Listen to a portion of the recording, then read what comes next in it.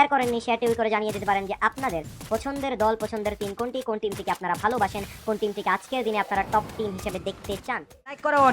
রাত ভাইকে যদি বুইয়া করতে দেখতে চান তাহলে আজকেই সাবস্ক্রাইব করুন এন্ড চ্যানেলটাকে 35k তে সেখান থেকে নিয়ে যান গাইস। চ্যানেলটাকে 35k সাবস্ক্রাইবার্স এ নিয়ে যান যদি রাত ভাইকে বুইয়া করতে দেখতে চান গাইস। অলরেডি 34.5k সাবস্ক্রাইবার আর মাত্র 500 সাবস্ক্রাইবার ভাই, এটা কোনো ব্যাপার গাইস?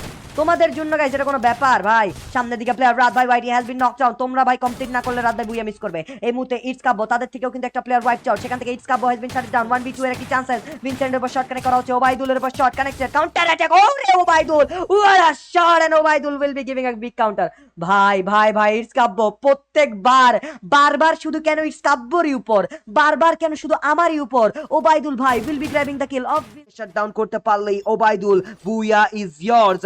দ্য লাস্ট ম্যাচের শেষ ম্যাচটি ভালোটাও কিন্তু আপনাদের। রাজিন বসে আছে দুই তলায়, একাই বেঁচে আছেন, ইজিলি বুইয়াটা গ্র্যাব করার সম্ভাবনা আছে। হয়তো বা ওবাইদুল জানে না যে সেই জায়গাতে just one man surviving and XB Marco জোনের বাইরে কতক্ষণই বা থাকতে পারেননি, আর শাটডাউন হয়ে গেছে it's Kabbo. What a big level bad luck for it's Kabbo's team.